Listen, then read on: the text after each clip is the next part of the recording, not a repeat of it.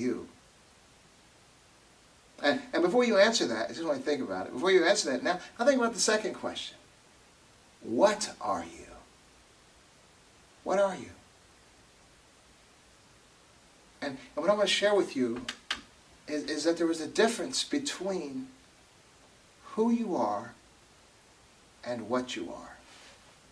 And I believe this particular concept is the crux of all of your issues, all of my issues, all of the issues of the world can be whittled down to these two questions.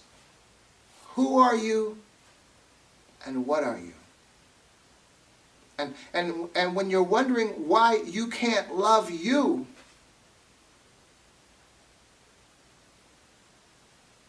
what I want to suggest, it's not because of who you are. It's because of what you are. And the what you are that who you are perceives you are. I don't even know if I can say that again. But so I'm not going to try to remember word for word, but just give you the concept. But the crux of our problems, the reason why we can't love ourselves is because who we are is not too thrilled with what we are. And if who we are believes that who we are and what we are is the same thing, there will always be disappointment. There will always be anxiety, always be negativity, until we delineate the difference. Till we understand the difference between who we are and what we are. Okay? So who are you? Who are you as that thinking part of you? Who are you as that part inside? The part that's hearing what I'm saying, that's contemplating what I'm saying. What you are is simply a result of a whole bunch of experiences and even thoughts by who you are that has determined what you are. Now over the past year, we've been talking a lot about how the societal influences and experiences that we've had from the time that we were born, whether they be relational, societal, in whatever environment, every action that we witness or that we experience has shaped us to who we are. Because our subconscious is recording every experience, everything, every betrayal, every good deed, everything that we've ever seen, experienced, in our lives has been logged into our subconscious. We never forget them. And each thing that we have been experienced or exposed to has evolved us. And so many things maybe where we haven't even recognized it, but subconsciously we've grasped all that stuff, and our subconscious has made determinations based on all these experiences, even though we're not consciously realizing the influence of the subconscious on our lives. Okay, I gave not too long ago an example of how if I'm in the car, I'm listening to a song like maybe Lowrider or something, and I start leaning in my car, and driving because that music affects me, and so it's not really consciously affecting me like I'm going to lean because I'm listening to this music and all. It's like this music has affected me, so I just lean until that song's over. Okay, now that's very quick, and simple understanding of it. But I want to share with you that every experience in life has shaped you to become who you are today. Even though some of those experiences are so insignificant, but you're talking about piling on from years and years from the time you entered into this world. This is why you are who you are. And you can say, well, my brother or my sister, they experienced the same things I did. Yeah, but how they get processed? What else are they mixed with? How did it process within them? What kind of person did it create? What kind of influence? And so I'm suggesting then that we talked about this in length probably for over a year about how we are influenced by things that we're not even consciously aware of. So the things that we like, the things that we do, the affiliations that we have, all the tastes and everything, it's not a conscious decision That these are subconscious realities that have affected our reasoning process. So these are the things we like, these are the things we hate, these are the things we gravitate toward, and people as well. But from subconscious proddings that are a result of the experiences that we've had all throughout our lives, okay? And so they're not conscious. And so these things have shaped us to become what we are. What we are could be who we, like with the music playing in the car. Who am I now that I'm leaning? I'm not, what am I at this moment? I'm not the same guy I was when I was just driving 10 and 2. Because even though it's kind of temporary, what I was affected.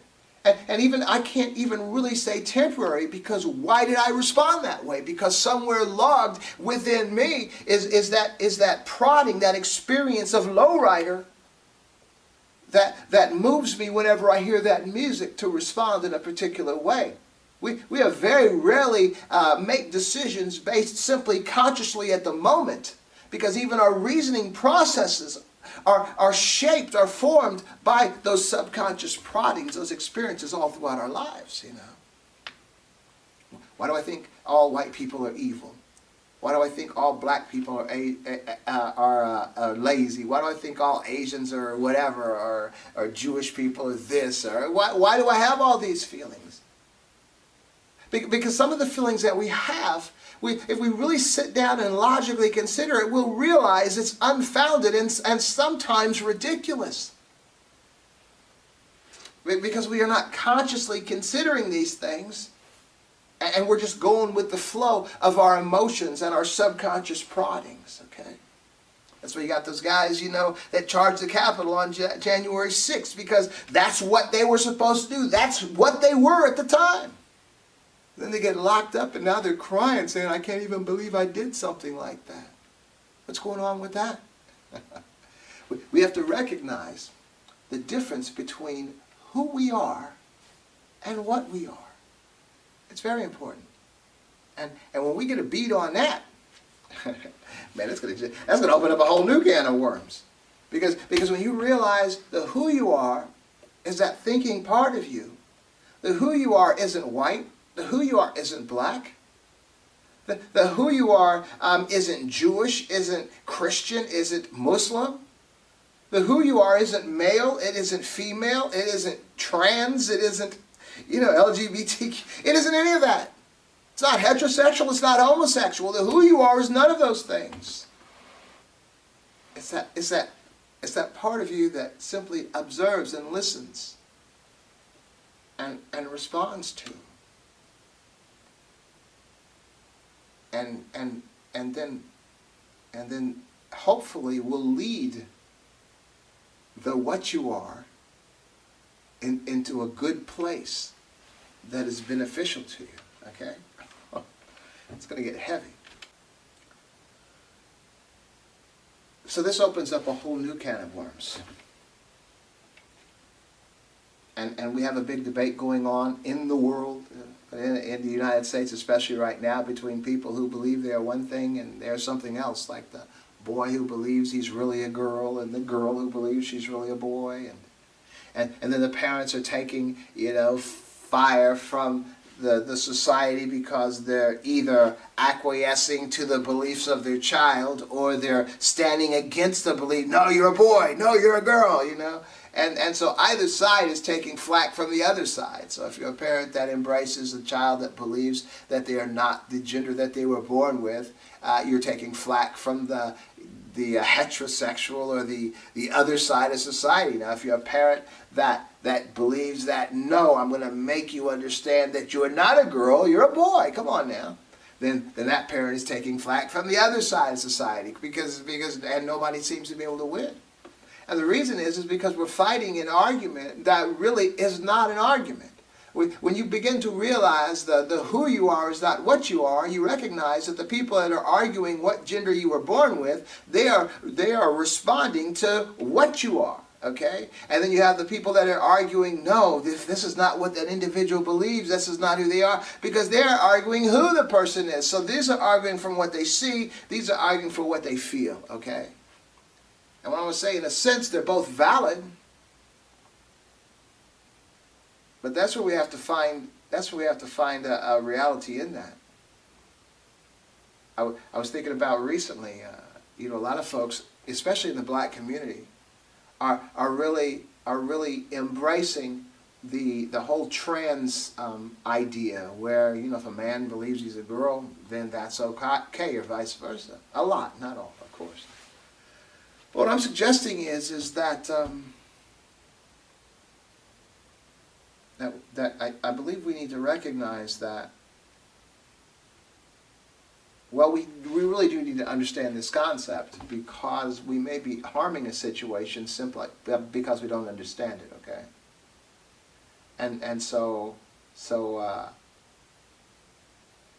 But this is like a very important conversation, because these are the struggles we go through. I believe every human being on this planet, every struggle that we have, every conflict that we have, all boil down to this reality of who we are versus what we are.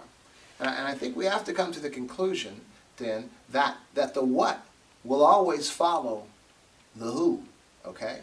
Either the what will follow the who and adjust itself to align itself with the who, or the who will find ways to make the what conform to the who, okay? And I think that's why, even when you look at, you know, historically with the gay issue, because before all these other things that were added on later, just to make the conversation simpler, is that you had the traditional norm was heterosexual, okay? You're a man, and men like women, okay?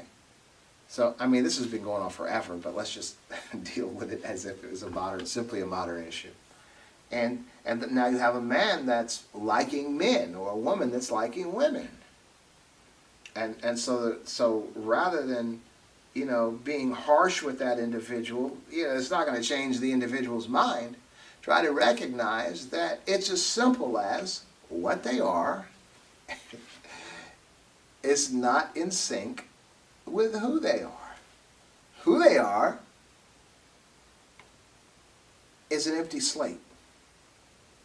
Who they are has the ability to become whatever they desire to be. And if this individual desires, they want to be attracted to other men, that's what they are. Or this individual desires that they want to be attracted to other women, that's what they are. And you might say, oh no, that's terrible, but it holds the same with success in life. See, it's a lot deeper than simply the subject at hand that we can argue about based on our passions and all. But it's the reality of what you believe you can achieve. Because you just have to believe it. And so that's the key to most really successful people in the world, in whatever they're putting their hand to do, is that they believe that this is what they are. Even when they're poor, I'm rich. Even before they're successful, I'm successful. Even before I'm totally healthy, I'm healthy. You know, all this stuff, it's the belief. And even from the holy books, given to understand, you know, if you can only believe, all things are possible. That's written in the Bible. So what does that mean? If you can only believe, all things that are possible. Not just the desirable things, but the undesirable things as well. If you believe. And so that's what we're talking about. Even when you're talking about an individual, now let's get back to like the holy books, like the Bible, when they're talking about healing and all. I mean, healing isn't simply a term relegated to holy books. Healing is just a word that simply means to get well, and you can find it in hospitals and well. I mean, if you have an individual that believes they're well, their chances of becoming well are greatly improved. If you have an individual that may not even be all that messed up, but they're believing they're going to die, the chances are they probably will die. And we understand the concept of placebo, where you take an individual and you give them a sugar pill, but you make them understand that what you've just given them is the actual medicine that will cure their disease. They miraculously are well. Why? Because they believed they were going to be well.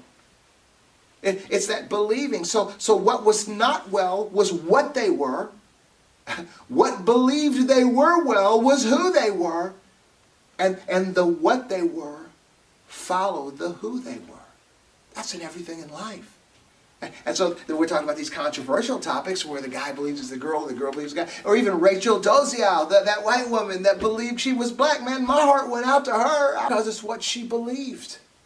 And then they took her, they brought her parents up, and they were showing pictures of her as a little white girl when she was 5 years old. And they yanked that out of her. And there weren't too many folks that had mercy on Rachel, but they're doing the same. It's the same situation with the guy that thinks he's a girl. You know, I could take pictures of you when you were 5 and say, no, you were a boy. And ask your parents and say, no, he was a boy. You know, but that doesn't deter what you believe you are. Because what I'm suggesting is who you are is not the same as what you are. And so it's not just physical characteristics. Well, the what you are was born a boy or born a girl. And the who you are might be thinking you're a girl or you're a boy. That's the who versus the what. As well, the color of your skin. Now, that's a big one. Now in addition from being a military person later in life, I was raised a military kid. A military brat is what they call them. I don't know why they called us that, because I've seen a lot of civilian brat kids myself. But anyway, that's how I was raised. And so wherever I lived, there were always, mixed families as far as, these GIs would go somewhere and find a spouse from another nation. So most of my friends were mixed something, mixed Japanese, mixed German, mixed something. And I had one friend, a military kid just like I was, and his mother was white and his dad was black. And that guy had a real big confusion in life because he wanted to be white. He never said that, but he was always arguing the fact because we looked the same, we were the same skin complexion. But his mom was white. And so he was confused, and he had a miserable time growing up. But I'm saying his confusion wasn't, what color am I? what he was what he was. But who he was neither white or black. That really you can choose on how you want to function of who you want to be and be that. And he didn't know that. We don't know that when we're looking at somebody and making judgments on who they are based on what they are. And so he wasn't white or black. Not the who, but what he was black. Come to terms with that. The who you are is not white or black. The who you are is not Jewish or Christian or Muslim. The who you are is not Hindu. The who you are is none of those things. Those are the what you are. Now, even though those are things that you have appropriated upon yourself that are not physical traits, those are still the what you are that you have decided and determined what you're going to be or what you are. But who you are is none of those things. Who you are is an empty slate that makes the decisions on what you're going to be. But who you are is none of those things. And that's sort of like even when we're talking, in the religious realm, when we're talking about God, what is God? Male or females? I was talking to one lady, and she would say, well, recently, and some people pray and say, Mother God. Why? But from our concept of God is the same concept of the who we are. There is no sex. There aren't those physical attributes.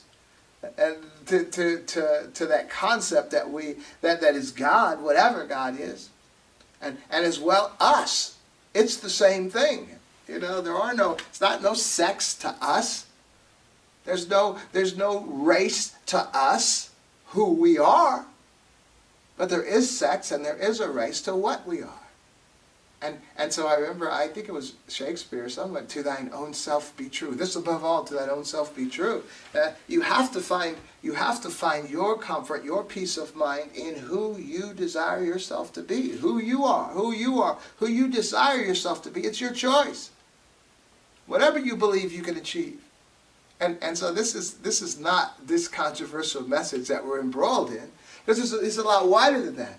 Why are you not successful in life? Okay? Because you're making the wrong decisions. A lot of times we're making the wrong decisions based on what we think we are. But who you are needs to take control of that thing and decide what you desire to be successful. Because the one reality I think that we can all pretty much embrace and agree on is that these lives that we're living are relatively short. We're not going to be here for a long time. And I just turned 64 recently. 2022. Man, it's like time flies. And then you're out of here. Man, I remember I joined the military when I was 17 years old back in 1976.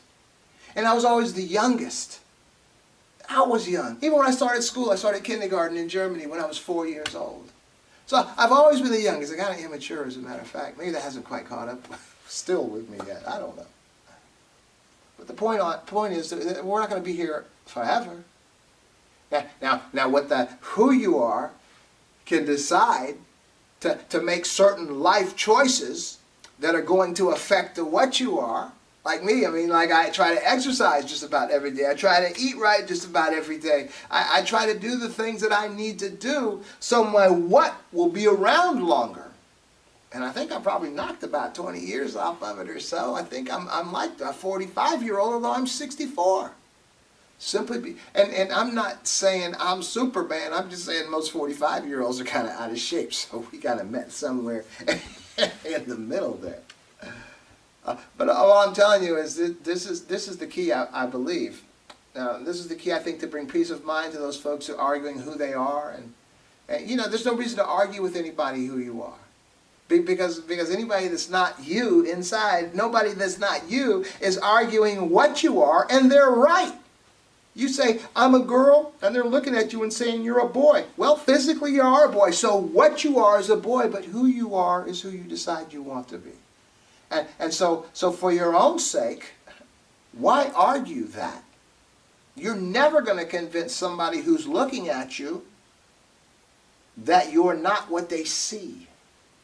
I mean, you don't do that either. Nobody does. Because we don't know the difference between who we are and what we are. And that holds true for everyone else. Even if they don't know it. Even if we don't know it. And what I'm suggesting to you now as we kind of progress upon this self, you know, we're going to make ourselves better in this, is that it's very important for each of us as individuals to recognize the difference between who we are and what we are. Because so far, we have allowed the what we are to guide and to influence who we are. Let me tell you, I mean, you can go like on the West Coast or even the East Coast and the mid and the Midwest and find the gangs, you know, the gangs that wear the blue colors and the gangs that wear the red colors. They are influenced by what they are. Okay, what they are is the blue, or what they are is the gang that they've affiliated themselves with. But who they are is a blank slate that is simply going along with the flow. Or has simply decided that this is what I am, not recognizing that this is not what you are, this is who you are, this is what you are, and who you are has the ability to control what you are to whatever lengths, to whatever successes. Man, as I shared so often in this program, I guess kind of too often, but it's so important to me, is I put my life out there for you. That you know, I've been many things in life. You know, I've been in the military. I worked for the railroad, believe it or not. I've done all kinds of things. At age 50 years, and then I was in corporate America, 3-piece suit, hat with a feather in it, trench coat, briefcase, that whole thing for like 13 years. 5 months later, I became a mailman for like 29 years. When I was 50 years old, I decided to go to college, and I ended up getting an associate degree, then a bachelor's degree, then an MBA when I was 60. When I was 3 days before I turned 63, I got my scuba certification, my daughter and I. Recently, we've invited a Spanish exchange student into our home for the school year, and I've determined that I'm going to be fluently or close to fluently speaking Spanish by the time she leaves next year. So the point I'm saying is that who I am has been determining what I am. Okay? See, for many years in my life, before I had this epiphany, revelation, I mean, I was 28, so I guess it wasn't that many years. From like age 14 to 28, you know, I was getting that buzz. I was hanging out, drinking a lot toward the end of that, and doing a lot of that kind of stuff. Because I had bought, when I was in the military, I had bought into that environment. Man, I landed in Japan when I was like 19 years old, as a young airman. And of course, I didn't know anybody. And so I went to work, and all these old sergeants, they all took me out to the club. I wasn't even a drinker. And they were all buying rounds, man. I had like 8 beers just lined up in front of me, and I couldn't drink anymore. I thought, just a minute, I'm going to the bathroom. I went out the back door and took off. But I eventually became that because that was the environment. And I was a military person. That's what I was, and that's what I became. Now that night when I walked out that door, in the back door, that was the who taking control of the what. You're not drinking all those beers. But in time, influence, day by day, I became that. Okay? So all I'm suggesting is it's very important to recognize that, well, you know, if you're making good decisions in life, it's not even that big a deal. But I'm saying if there are areas in life that we're failing, not being successful at, areas in life where we want to be better, we have to recognize who's making the decisions. Is your what, the environment, that you've bought into making the decisions, or is it the who you are looking at your situation saying this isn't well? Now if we're out of shape physically and we're unhealthy, then you're the who really isn't taking control. You're just allowing the what to guide your life. And I'm telling you, one of the biggest detriments to even being well, to even recognizing the who you are versus the what you are, is drugs use, the drug use and the alcohol use.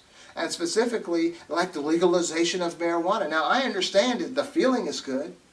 It's extremely addictive. So all these folks that use marijuana, that are trying to get the laws changed, and many of them being successful, they're addicts. Of course they're going to want the laws changed. Man, if you're an addict to fentanyl or whatever and it's not killing you, yeah, and you can afford it, you know, you're going to be advocating for the legalization of fentanyl, for methamphetamine, for heroin, for whatever it is. Because, you know, if you're addicted to something and it's illegal, you're going to want it to be legalized, okay? But I'm suggesting is, now that's one of the biggest detriments, and I can tell you from personal experience, to your progress. Because that who part of you, you have the ability to convolute its thinking through that buzz. Because the result of that buzz is going to be satisfaction. Because it is good. It does feel good. And that satisfaction is going to satisfy the who you are into not progressing. And so I could honestly say, you know, look at the majority of folks that are chronically, you know, or constantly, you know, using drugs, and then measure how much their life has improved over a 10-year period from that point to this point. You know, I'm not saying there aren't exceptions, but I'm saying for the most part, there's not going to be much progress, okay? That's the issue. Now, so I'm not saying, I mean, I'm not an advocate of legalizing marijuana. I'm just saying that if you want your life to be better, you don't want your who to be satisfied if you're not well, if you're out of shape. I mean, I know a lot of marijuana users that smoke cigarettes. Come on now. We already know what they do, so why is it? A lot of marijuana users that overeat, especially at 2 o'clock in the morning at a fast food restaurant, you know. That can't be healthy. But why are you doing that? Because your who has gotten that buzz, is being convoluted, okay? And the decisions that it's making are not good decisions for the what? For the body. See now, as we're closing with this, because I think you got it. There's no reason to run this into the ground. But I want to share that I want to share this. That although it's this is the understanding that we're talking about. Why we do why we do what we do versus what we are, okay? Because who we are is not necessarily what we are. But what I want to share with you is the ideal place to be is when the who we are is in line with what we are, okay? Because at that point, you're working like what they call yoga, you know, the union. This isn't yoga, but kind of the concept is there's a union between who you are and what you are. And that's what we desire to be, okay? And so I think that, see, the problem is when we have like our societal arguments, one side arguing that's not what you are, the other side arguing this is who I am. See, it doesn't matter if you're right or wrong. Okay, what happens when you get into an argument like that? You just dig down. You dig down and plant your feet, and you're in it for the fight. Okay, so now you're defending a position without really challenging yourself. I believe what we have to do is we all have to challenge ourselves. Okay, in what we believe and why we believe it, and is this really what we're supposed to be believing? Okay. And that's why, like, I'm exercising. About 14 years ago, you know, the what of me was kind of out of shape. I wasn't overweight or anything, but I was not healthy because of the lifestyle I was living, the foods I was eating. And one morning I thought I was having a heart attack. And I went into the emergency, and in time they found out I was just having gas. But although I wasn't having a heart attack, it really made the who I was begin to think what I was and what I could do to make what I am better. Okay, so I changed my diet. I was about 50 years old then. And it was about the same time when Obama became president. On my birthday, November 11th, is when they announced he was president. I said, 14 years ago. And so I decided, hey man, this guy's got a Harvard education. I got a high school diploma. My who I am was inspired and saying, I'm going to address what I am, and we're going to get an associate degree. 10 years later, I had an MBA.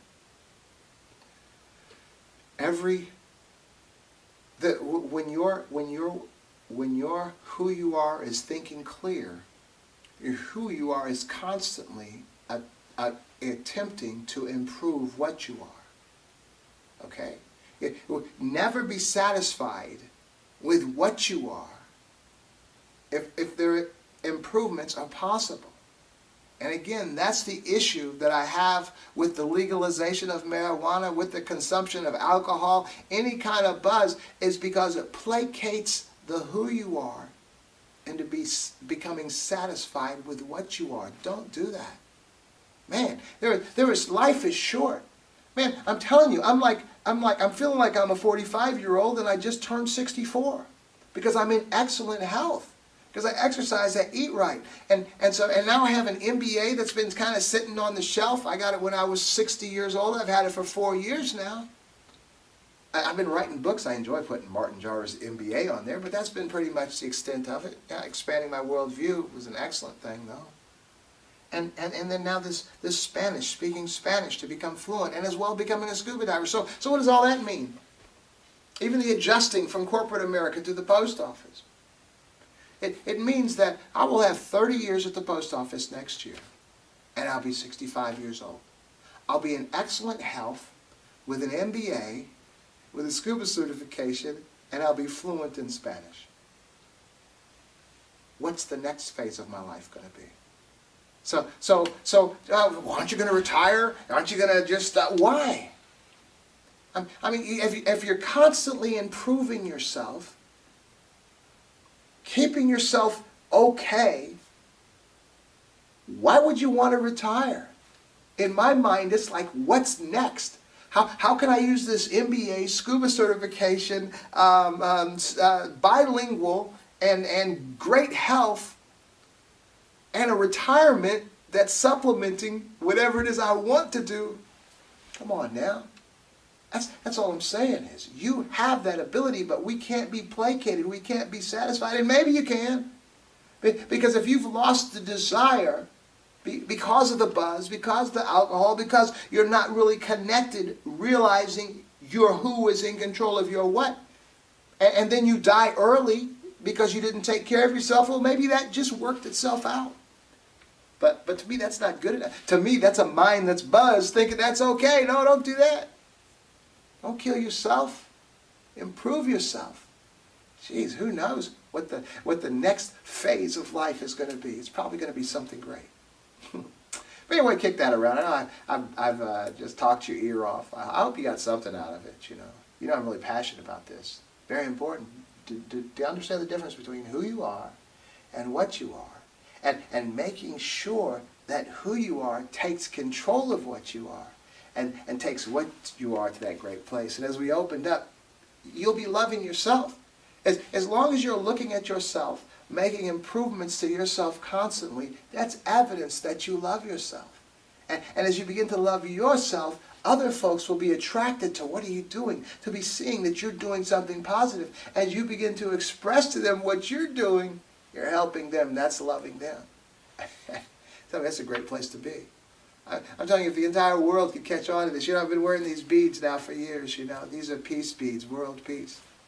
How long am I going to have to be wearing these? Probably forever. But if we can all just tap into who we are versus what we are, world peace would not seem so unattainable. How's that? Well, anyway, I want to thank